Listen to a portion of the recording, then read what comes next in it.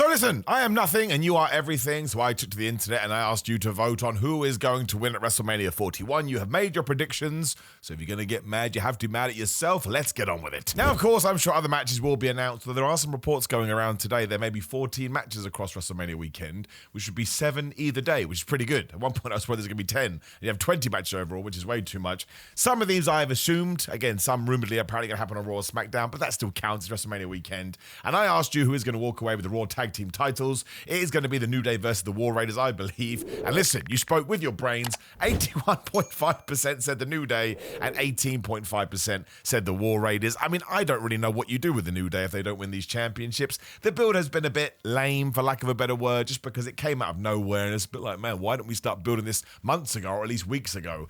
But why do we even give the belts to the War Raiders? Like, they had one defense against the Creeds and they didn't do anything. It's very, very strange. And I just think the whole tag team division on the men and the women's side needs to go through a proper rehab. But yes, the best way to do that is to ensure that new people do walk away with the titles, and the New Day should win in the worst way possible. They should be super duper horrible to the point people look at them like, you disgust me. You kiss your mother with that mouth. So I would agree with you. Of course, we'll do our official predictions next week, but you've gone with the New Day. And of course, once WrestleMania is done, I'm coming back to this video to see if you were right. And we asked about the Smackdown tag team titles as well. Again, who the flub knows who they're going to take on. This is the one that some people are saying may happen on the Smackdown beforehand, which is a different conversation for a different day.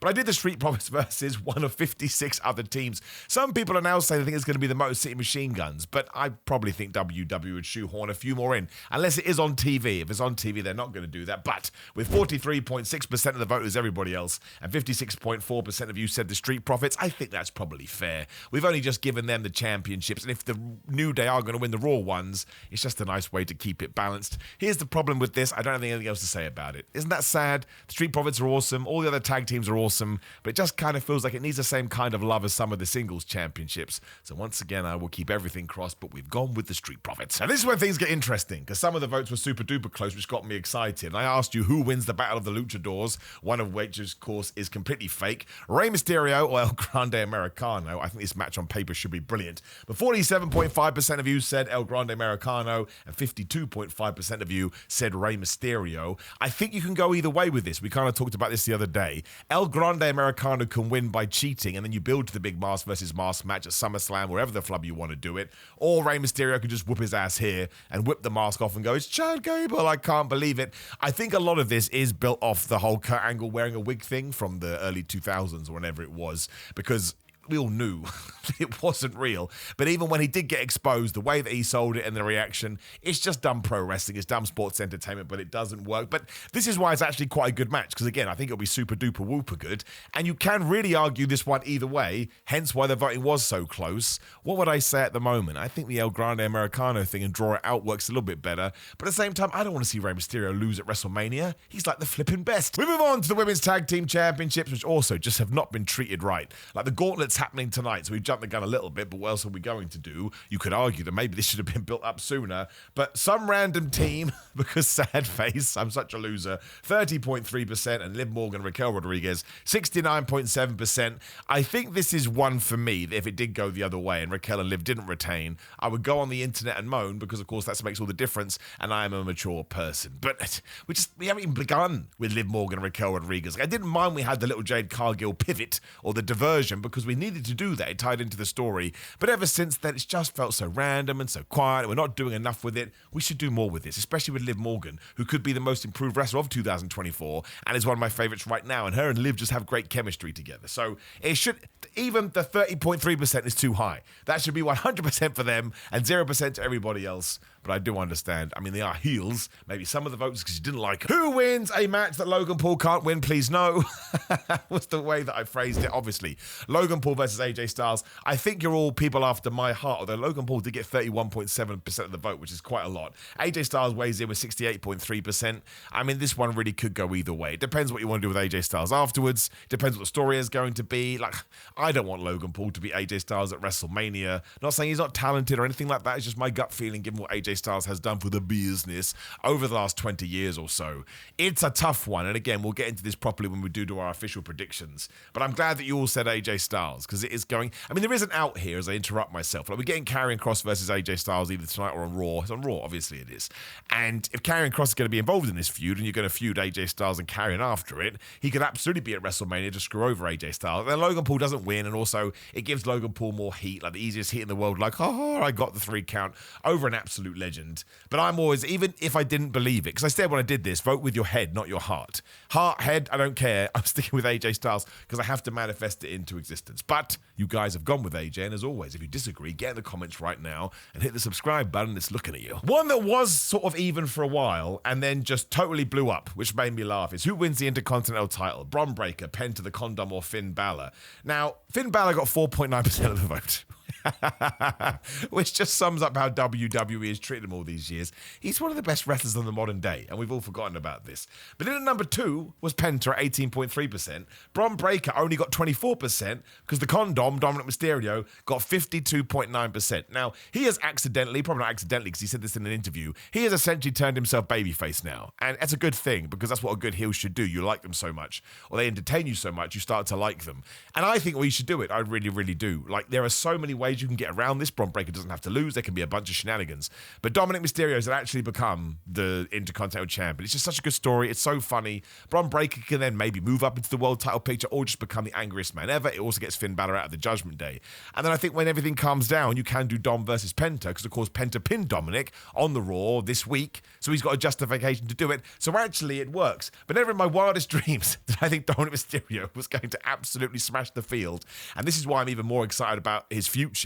I think one day he will be a world champion. I think he is going to will himself into that position just because he is so good at what he does do. And maybe if he does become the IC champion, you could even pivot to doing Ray versus Dom for the IC belt. I would love that. It would be just so crazy, but we will wait and see. But I don't think anyone dominated a poll as much as this, although I'm lying because the next one proved me wrong. Because who wins the blood feud between Naomi and Jade Cargill? 81% of you said Jade, and 19% of you said Naomi. Now, once again, this is because I asked you to vote with your heads and not your hearts.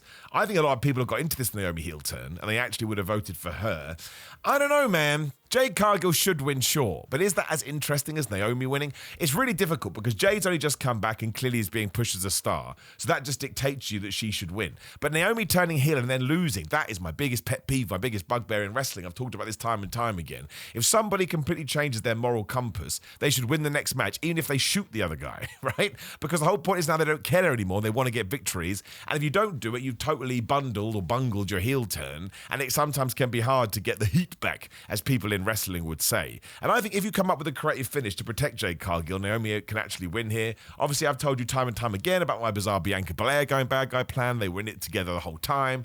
I think you probably could do it if you want her to walk away with the championship. But I don't think this one should be an 81% to 19% absolute snowball, but I do appreciate people weighing in. And I think, again, this is why this match is so interesting. The build has been wonderful, as we also talked about in our Let's Rank the Builds to WrestleMania 41. Go check it out and make sure a card pops up, or just go find it anyway. You know, this one has just been so well done because it's so simple. We threw someone through a car, somebody had a heel turn, and now they're going to fight at WrestleMania after some good sort of sneak attacks and some good promos. But if we are going to believe in the people, and I always do because you are the best, Jade Cargill absolutely going to smash her. Who wins the US title was also an absolute freight train. And I think this kind of justifies, or sums up, I should say, how over Jacob for 2 is. 82.1% for old Jacob and only 17.9% for old LA Knight. Now, this is probably going to spark a conversation about LA Knight. Should we have pulled the trigger on him earlier? Has he kind of entered no man's land? Because the guy is super duper over. You hear it every single week, but I'm worried. This is a little bit disparaging. Is he in that Dolph Ziggler territory where WWE is just always going to have him in this upper mid-card position, whereas quite clearly Jacob for 2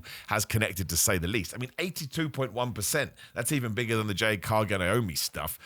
I'm repeating myself a lot here, but I guess that makes sense in many ways. But you can go two ways with it. I think the Bloodline 2.0 have to be involved, and they can either cost Jacob or help Jacob win, and Jacob's a bit annoyed about that, and then you can do a whole thing with the Bloodline splitting up and then LA Knight getting involved. But of course, if all the other new Bloodline members that WWE has allegedly signed, if they want to get involved, then you can just have Jacob for 2 lose because of the Bloodline as LA Knight goes off into something else. But 82.1% of you believe that Jacob Fatu will win. And if it's not here, it should be soon. And really, let's give it 18 months because Triple H's WWE moves a lot slower. He probably should be in the main event scene. I don't see why we have to wait. But, oh, it's too soon. Well, there's only one way to find out, and that's to do it. So really good and interesting match this. I love the fact we pivoted away from the multi-man. I think it's going to be one of the more interesting ones, and it has jeopardy. And if we do it right, that US title can have more credibility coming out the other side. So that is a couple of thumbs. Who wins the Women's World title, the Raw Women's World title, whatever you want to call it? Rhea Ripley, Bianca Belair, Io Sky. When I checked this, it honestly was 33%, 33%, 33%. Then there was a surge of votes, which I do appreciate. Rhea Ripley is last. And again, this is thinking with our heads. 20.4%. Bianca Belair is second with 32.8%, meaning most people think Io Sky is going to retain at 46.8%. I would flip all of that, or at the very least, I would have Io Sky in last place. Not in a bad way, I just don't think she's going to retain. My money is on Bianca Belair for reasons we have already discussed. This is a good one. It's still pretty close, right? There's not a huge disparity between all the percentages. And I think even the build to this has been the stupidest thing. I've actually enjoyed it. It's so goofy, but it's still silly. In the world, you have three major stars, and that's why it's so great. Either one of them could win. You can make an argument for Rhea, you can make an argument for Bianca. Io Sky, who has been the third wheel, I mean, that's the story right there. You know, you didn't take me seriously enough, and now I did whoop your ass. That's why, even though they are going to have one of the best matches of the weekend, if not the best, I think you probably could insert some extra shenanigans in here, as long as you don't have too many shenanigans in other matches. I just think it's been shenanigan-based, so, you know, there may be a door that would be able to go through, but it is one of my most anticipated matches, despite the crazy build-up to it. But you guys are going for Io Sky, and again, if that did happen, that'd be awesome. Io Sky retaining would be awesome. It would really cement her at the top of the card, and you could argue that in terms of star power, Bianca and Rhea are ahead of her, so if she is able to beat them and put in a brilliant performance, which she will do, then maybe we can sort of get her up to that level as well, and then the women's division just gets stronger and stronger and stronger, and it's great right now, so it could be totally justified. Who wins the Men's World Heavyweight Championship? Jey Uso or Gunther? 71.8% for Jey Uso, 28.2% for Gunther. I just think, given that Triple H's WWE is about letting baby faces win, which has essentially been the story of Cody Rhodes, and making you feel good, there's no way you're not going to do that at WrestleMania, especially because I think the Punk triple threat, which will main event, will have a little bit more surprise to it. So this one should just be simple. The good guy wins the Royal Rumble, the good guy wins the championship and beats the horrible, you know, evil heel dude who has been saying horrible things, and Jimmy Uso should be involved as well. Nothing else to say about it. I agree with it. I love Jey Uso. I think he's great. I think the fact that WWE are doing to this begin with is absolutely brilliant because we get so much wrestling. Why wouldn't you want to try something new? I'm with you. Who wins the Battle of the Angry People or Drew McIntyre versus Damian Priest? Only 17.5% for Damian Priest and 82.5% for Drew. I mean, you're right. Drew McIntyre needs to have a big win at WrestleMania, and then he should probably go after a world championship. But I do not want Damian Priest to get left in the lurch here. Damian Priest is excellent. He had a wonderful 2024. He has cemented himself as a top-tier babyface, and this feud is brilliant. It's so good. Again, it's nothing to write home about. It's all very, very simple and put-together stuff, but I don't have a problem with that. I mean, they did throw each other into cars. I don't know if I'm being worked here or not, which I'm perfectly fine with, as we talked about before. But Drew McIntyre keeps insinuating that glass or something did properly get in his eye, and now he can't use his seeing device, so he's actually in a rush to get cleared for WrestleMania. Now, I think it's a trick, but I hope he's okay, more importantly. But this is the sleeper match of the whole weekend. This is like when The Undertaker and Batista had a match and no one cared, and afterwards they're like, holy crap, man, that was really good. That's what they're going to do. They're too good at what they do. They're too professional. Their 2024s were brilliant, and I think they're probably both in a position when they're like, oh man, chip on our shoulder. Everyone's been really disparaging about this, which they shouldn't have done, so I'm super duper whooper excited, but you're probably right, Drew McIntyre will win. Who will win the WWE Women's Championship or the Smackdown one? I mean, this has got even crazier today, because the Wrestling Observer newsletter is out, and apparently some of it was scripted and some of it's not scripted. Maybe it was a work, maybe it wasn't a work. Check out my TikTok for my thoughts on this. Simon J. Miller. I don't even care. We watch wrestling to be or have the wool pulled over our eyes. So do it. And if you work for me, great, you did your job. I can't stand it when someone works you and then goes, ha ha, got you. Yeah, you did. What? That's like doing a magic trick and go, oh, you can't figure out how I did it. No, that's the fun. Why are you trying to take my entertainment away by calling me a moron? Anyway, 34.1% for Charlotte Flair, 65.9% for Tiffany Stratton. You know what my long-term booking for this was. I don't know what they're going to do anymore, because the other sort of speculative report, and again, it's probably bull-s, I'll call it, is they don't actually like each other backstage, or there's friction backstage. Maybe that makes for a better program. I don't know. I think it probably should be tighter than that. Again, Charlotte Flair can win and you do a big old 3-match program, or Tiffany Stratton can win and you draw a line under it. I think both of those things will work. But you have gone for Tiffany Stratton, 65.9%. While that segment last week was a train wreck as far as I'm concerned, it has made it more interesting. So in terms of it being a sports entertainment bit and wanting to draw new viewers in, I actually think it was a total success. And who will win the main event of night one? Seth Rollins, Roman Reigns, and CM Punk. This is hilarious. Roman Reigns got 12%. Now, I don't think that's not the Roman Reigns fans coming out in force. I think that's, once again, people using their heads. He does feel like the least likely to win. He's the least person to need it. And then CM Punk and Seth Rollins were so close. And this is why I love stuff like this. 41.9% for Seth Rollins and 46.2% for CM Punk. Of course, Paul Heyman is going to get involved somehow. I think I'm right in saying that of all the matches we do have, this is the one that will make you second guess yourself the most. And I actually think that's fair. Roman Reigns should not win this because it's not as fun and it doesn't open as many doors as the other two. I probably would plump for CM Punk as well. It all depends on what you want, because CM Punk losing does add to his character, right? There's a certain sympathy or a certain melancholy to it. Like, he made it to the main event, but then he got beaten. Especially if Paul Heyman turns his back on him and maybe joins Seth Rollins, which you could do. But I love the fact that people are totally or pretty much tied between Seth Rollins and CM Punk. And I would I would hazard to say, if you are going to comment and you want to pick just one match, tell me who you think is going to win this one. And somebody will say Roman Reigns, and he could do. Again, when you have stars this big, if you plan it right and you book it right, it doesn't actually matter, because they can all come out the other side smelling of roses. But you have gone for Punk, and I appreciate that. And do I think you're right? You know what? I don't know. Meaning we end with the WWE title, John Cena versus Cody Rhodes. This, you're all taking after me here. This got all the votes because it's the first one I put on my poll, obviously. Cody Rhodes, 24.8% of the vote. And bad guy horrible Darth Vader heel John Cena, 75.2%. We've already talked about it. You cannot turn one of the greatest stars of the last 25 years heel. After all this chatter, and he's not going to do it, is he going to do it? Oh my gosh, we've done it. And not have him win. The Rock should be there. He should screw him over. It should just be an absolute hit job on Cody, so he totally retains all his babyface love and all his babyface prowess. And I don't actually think it's going to hurt him at all. Also, he's held that title for a year. And I would rather not fall into a pattern of people just holding championships for a long time. I think it should play out given what you have on the table. And John Cena winning the title, winning his 17th title as a heel, is just so poetic, especially if he does it with The Rock. Like, I think sometimes people overthink this, and maybe I underthink it. Maybe I don't take it seriously enough. I want to point out that's fair too.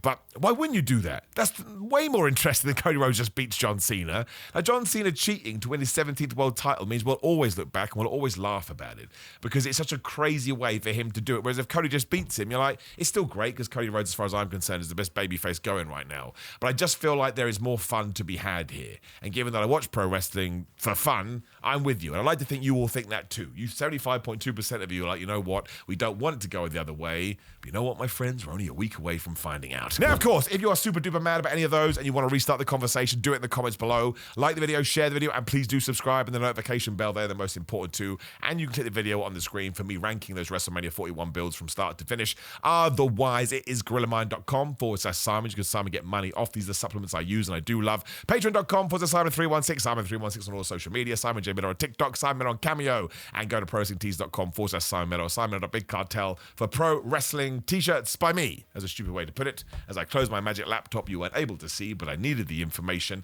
Have a great day, my friends. Enjoy the weekend. Enjoy your week. Enjoy WrestleMania, even though I'll see you before then. And I look forward to talking to you very soon.